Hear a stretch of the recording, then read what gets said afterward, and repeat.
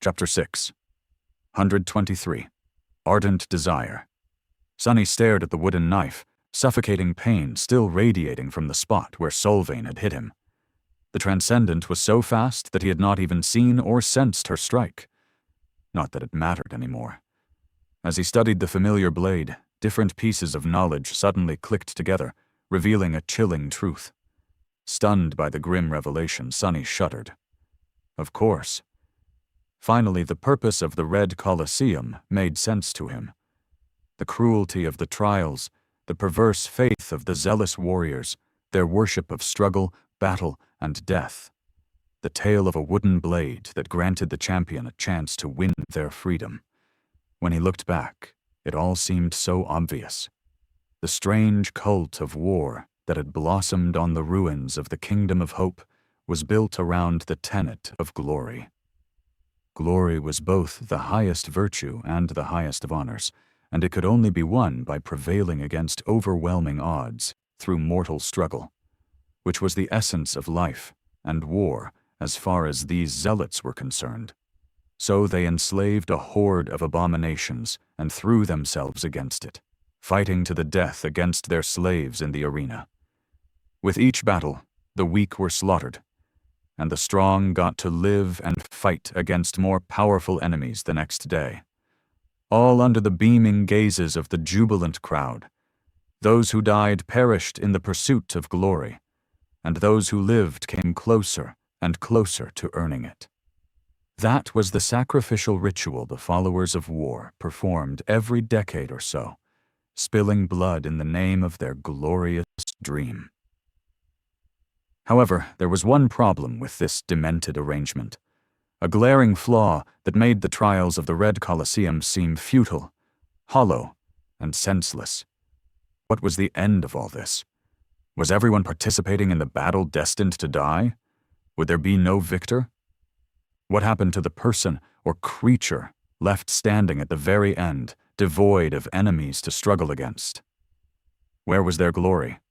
Now, looking at the wooden knife that contained Solvain's death, freely offered to them by the immortal Transcendent herself, Sunny finally understood everything. That last champion would indeed be gifted a wooden blade and a chance to fight for their freedom, just like Elias had learned from the fairy tales in the Ivory City. They just had to overcome one last enemy, to fight against Solvain herself. This whole feverish hell, the Red Colosseum, the blood-soaked arena, the cult of murderous glory she had built, existed for one single purpose: to find, or rather create, a warrior capable of killing their saint. Eternal Solvain, undefeated Solvain, wanted to die. The madness of this nightmare was born out of the 1,000 years of immortality the beautiful priestess had endured, out of the desire to be free of her eternal duty as Hope's warden. However, Solvain didn't just want to die. She wanted to die a glorious death, one worthy of a true servant of war. Or rather, she simply could not allow herself to give up. Giving up without struggle was a sin against her faith, her God, and her conviction. So the beautiful Transcendent could only allow herself to die if she was defeated. That was her goal. Finding someone valiant enough to kill her was Solvain's most ardent hope, her deepest desire. Feeling a hint of vague suspicion, Sunny frowned. He was certain that he was right, that his reasoning and insight were correct. But at the same time, there was still something out of place. Something still didn't make sense. He just couldn't say what. And there was no time to think. Solvain was still offering them the wooden knife and a chance to save their lives.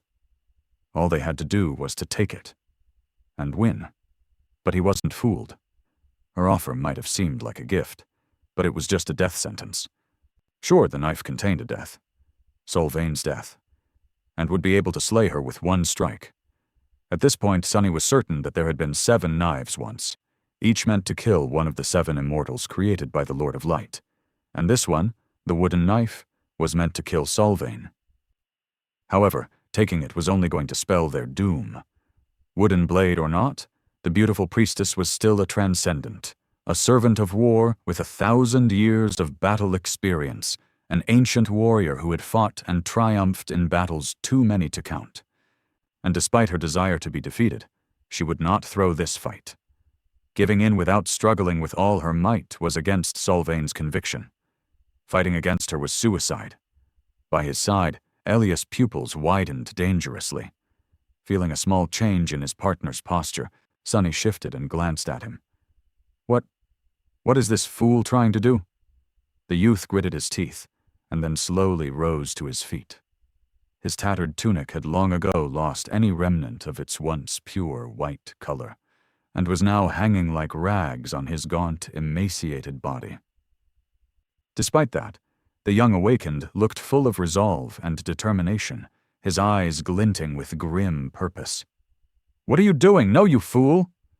Despite the pain in his throat, Sonny growled loudly, trying to warn Elias of how fatal his actions were, but his call fell on deaf ears. Damn it! Why can't I talk?"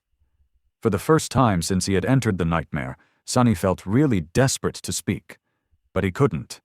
The demon's body robbed him of the ability to converse with humans in any meaningful way. Panicking, he made a motion to stand up, hoping to grab the youth before the fool made a lethal mistake. But the pressure Solvain had exerted on him was back, paralyzing the body of the four-armed shadow creature. He groaned, suddenly unable to move, and struggled to even keep his head up.